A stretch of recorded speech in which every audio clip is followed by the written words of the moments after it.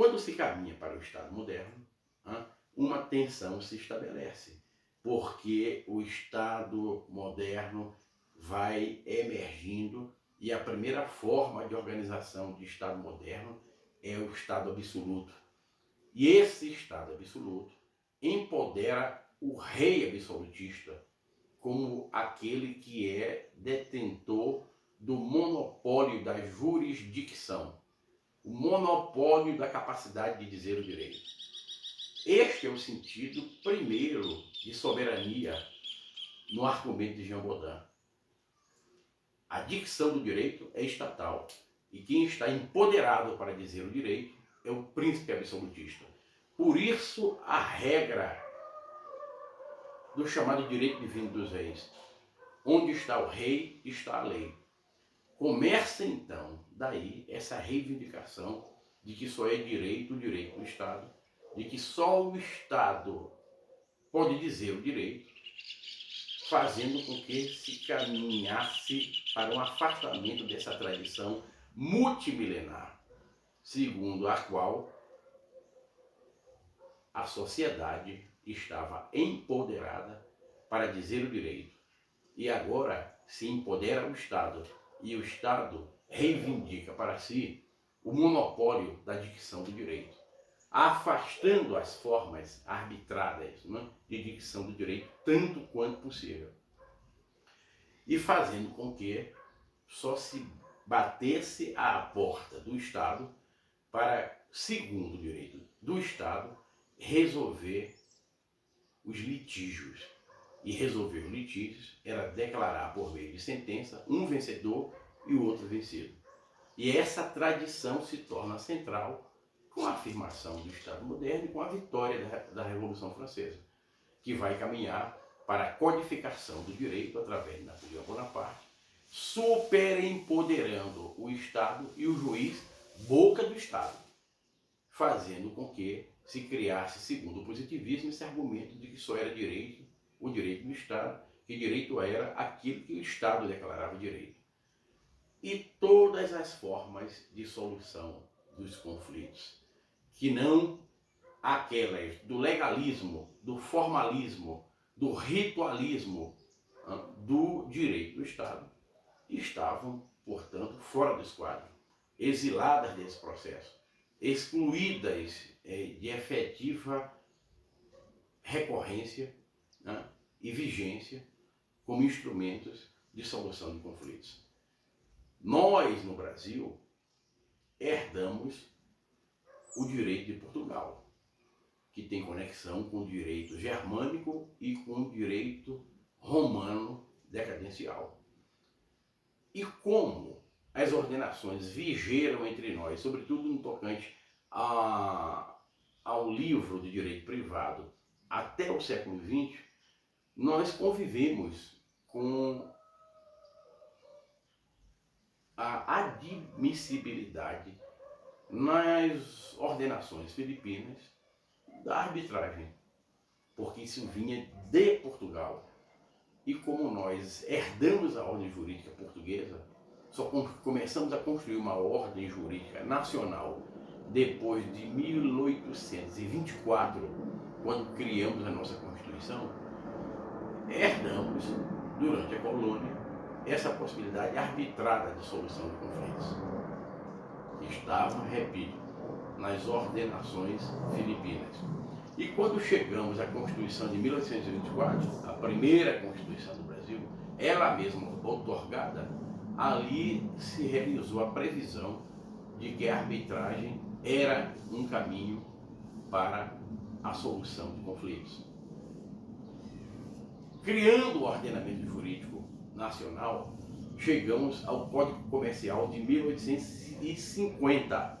Em 1850, o Código Comercial recepcionou a arbitragem como forma possível e necessária de solução de conflitos.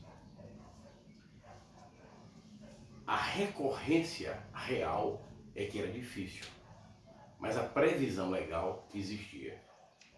E como o livro de direito privado das ordenações filipinas vigiu entre nós até 1917, porque nós tivemos o Código Civil em 16, mas a aplicação dele é de 17, em razão do hiato, da vacatio legis, né? Nós tivemos também essa sobrevivência filipina, compreendendo a possibilidade de que se recorresse à arbitragem como forma de solução de conflitos. Entretanto, o Código Civil de Claus Bevilacqua, que é uma emergência tardia entre nós, diante do fracasso de várias tentativas de construção de um Código Civil, tentativas pretéritas, grandes projetos que foram refugados por esta ou aquela razão, inclusive de Teixeira de Freitas, inclusive o de Nabuco de Araújo, inclusive o de Coelho Rodrigues, inclusive o de Felício dos Santos, quando se chega, afinal, ao Código Civil de Cláudio Bevilacqua, 16, 17, se tem ali estampada uma regra que diz que a arbitragem terá lugar no nosso ordenamento jurídico. Trata-se do artigo 1045 do Código Civil de Cláudio Bevilacqua, cujo primeiro enunciado é exatamente esse: a sentença arbitral só se executará depois de homologada. E a forma de homologação da sentença arbitral era de tal maneira burocrática e realmente impeditiva que fez com que a arbitragem não fosse possível entre nós. Na verdade, os óbices paralisaram a possibilidade de se recorrer à arbitragem, fazendo com que a nossa ordem jurídica ficasse vinculada àquela ideia nascida da Revolução Francesa de que só é direito do Estado, que o Estado tem o monopólio da dicção do direito,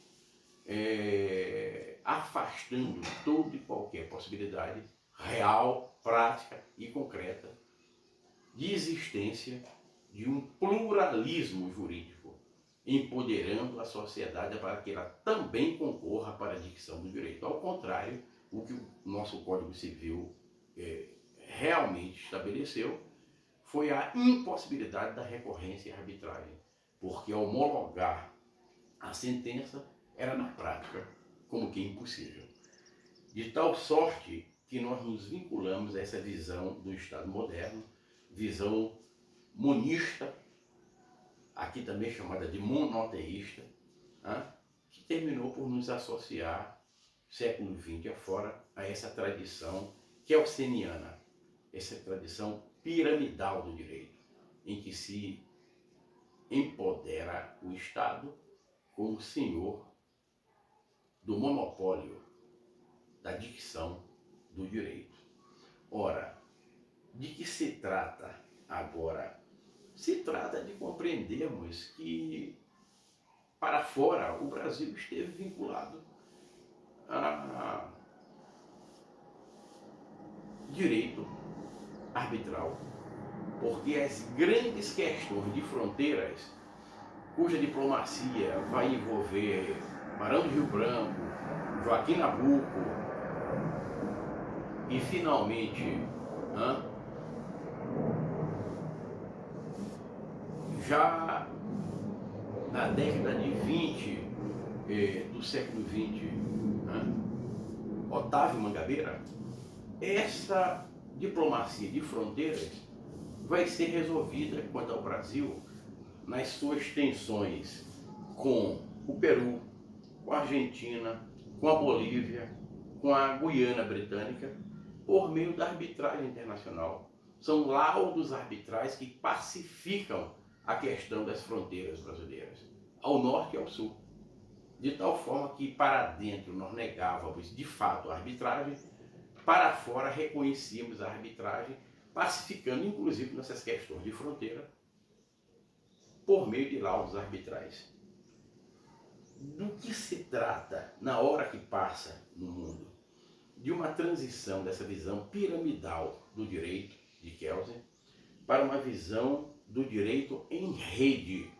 E essa rede envolve o mercado, essa rede envolve grandes organismos, essa rede envolve sociedade civil nacional e transnacional, fazendo com que esta ideia do monopólio da dicção do direito pelo Estado comece a se relativizar, comece a se flexibilizar, comece a esmaecer em grande medida.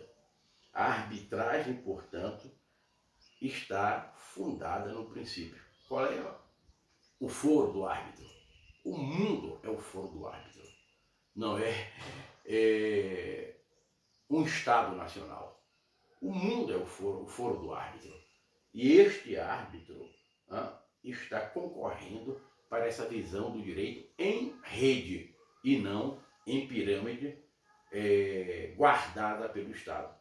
Em rede há uma multiplicidade de atores. E essa multiplicidade de partes, atores, árbitros, mercado, grandes organismos, empresas, faz com que daí vá emergindo uma forma nova e diferenciada de dizer o direito, que é nova, mas tem uma ancestralidade multimilenar. Diferenciada porque está rompendo com esta ideia moderna de um monopólio estatal da dicção do direito. Diferenciada porque empodera as partes. Diferenciada porque não há arbitragem sem vontade, não há arbitragem sem liberdade, não há arbitragem sem legitimidade. Vontade das partes, liberdade de escolher os árbitros, legitimidade das regras que vão ser aplicadas à espécie pelo árbitro ou pelos árbitros, de tal sorte que isto é vontade, isto é liberdade, isto é legitimidade. Isto é empoderamento da sociedade civil, empoderamento do cidadão, empoderamento do mundo privado, vontade das partes, liberdade de eleição dos árbitros pelas partes, legitimidade do direito que vai ser aplicado à espécie pelos árbitros. Isto é empoderamento da sociedade civil em detrimento da ideia de que o Estado tem o monopólio da dicção do direito. Está se rompendo com isto e buscando afirmar o que? A lex mercatória, a lei do mercado, o pluralismo jurídico, o empoderamento das partes. Se o Estado é a autoridade, a cidadania é a liberdade. E aqui se tem, então, ato de vontade, afirmação da liberdade, legitimidade do que daí decorre como laudo arbitral. De tal sorte que isto é uma mudança, e isto é uma forma nova de responder à questão da legalidade, da efetividade. E aqui se sublinha a legitimidade, porque com o laudo arbitral se quer efetividade. Com o laudo arbitral se responde de maneira nova e diferenciada a questão da legalidade, porque houve legitimidade do direito a ser aplicado à espécie. De tal maneira que essa legitimidade é essencial na arbitragem. Se a legalidade foi tudo no direito positivo, a legitimidade é tudo no direito arbitral. E o direito arbitral tem conexão com o direito natural. E essa conexão empodera as partes. Essa conexão respeita a vontade das partes.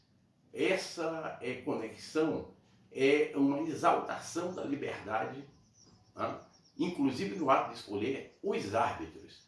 E os árbitros legitimam o laudo arbitral por meio do direito que vai ser aplicado à espécie. De tal maneira que nisto reside uma forma nova de dicção do direito. Nisto reside o empoderamento não apenas do mercado, mas da sociedade civil. Nisto reside o desaquecimento desta ideia de monopólio de direito, de monismo jurídico, de monoteísmo jurídico por meio do Estado. Há direito fora do Estado. Há direito contra o direito do Estado. Há direitos, no plural. Um deles, o direito arbitral, cujo recorte permite que nele se vislumbre um instrumento extraordinário de solução de conflitos na escala local, na esfera nacional, na dimensão internacional. E este instrumento jurídico é um instrumento que tem origem, repito, multimilenar. Já na mitologia grega, já na literatura grega, Homero, o grande poeta, o grande Aedo, aquele da Ilíada, aquele da Odisseia, registra uma contenda arbitrada. Quando ele diz, e deixou à mesa um pomo de ouro com a inscrição, a mais bela, famoso pomo de ouro da mais bela. Do que se tratava? Zeus, grande Deus, nomeou um árbitro para decidir qual dessas deusas era a mais bela. E deixou à mesa um pomo de ouro com a inscrição, a mais bela. As deusas Hera, Atena e Afrodite disputaram o pomo e o título de mais bela.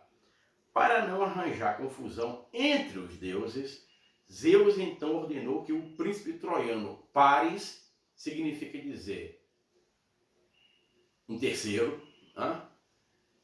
na época sendo criado como um pastor ali perto, resolvesse a disputa. É exatamente aquilo a que eu me reportei, a chamada heterocomposição. Paris encarregado então de fazer a heterocomposição. Para ganhar o título de mais bela, Atena ofereceu a Paris poder na batalha e sabedoria. Hera, riqueza e poder, e Afrodite, o amor da mulher mais bela do mundo. Paris deu o pomo a Afrodite, ganhando assim sua proteção, porém atraindo o ódio das outras duas deusas contra si e contra Troia. O que se tem, o empoderamento do árbitro, Paris, para solucionar o conflito. E este jogo multimilenar e emergente é que está posto no caminho complexo do direito na hora que passa. Este caminho, amigos, é profundamente desafiante, mas é o caminho que sinaliza para o futuro. E este caminho que sinaliza para o futuro busca resolver uma equação que eu posso enunciar da seguinte forma.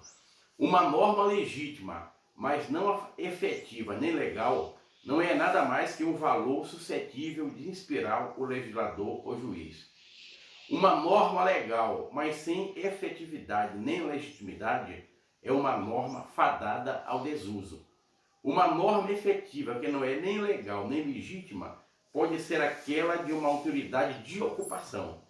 Uma norma legítima e efetiva corresponde à noção tradicional de direito natural. E, aderindo a esses exemplos, uma norma legal e efetiva, mas não legítima, é uma norma injusta. Essa concepção pretende ser uma síntese da corrente legalista, polo da legalidade, das doutrinas realistas às quais pertencem, notadamente, Holmes e Ross, polo de efetividade, e das teorias do direito natural, polo da legitimidade. O que se pretende tornar a conciliação, tornar a mediação, tornar a arbitragem a expressão de uma norma legítima e efetiva que corresponda à noção tradicional de direito natural e avance e progrida e se desdobre em experiência local, nacional e internacional, segundo a qual vá se construindo um caminho cada vez mais dialógico, cada vez mais dialogado, cada vez mais compartilhado de solução de conflitos, tornando estes consensos construídos e possíveis e necessários o cenário da expressão de uma maneira, repito, nova e diferenciada de realização da dicção do direito. Portanto, bem-vinda a conciliação. Portanto, bem-vinda a mediação. Portanto, bem-vinda a arbitragem. Um dos maiores atos segundo os quais está se renovando o direito no Brasil é o do desembarque da conciliação, da mediação e da arbitragem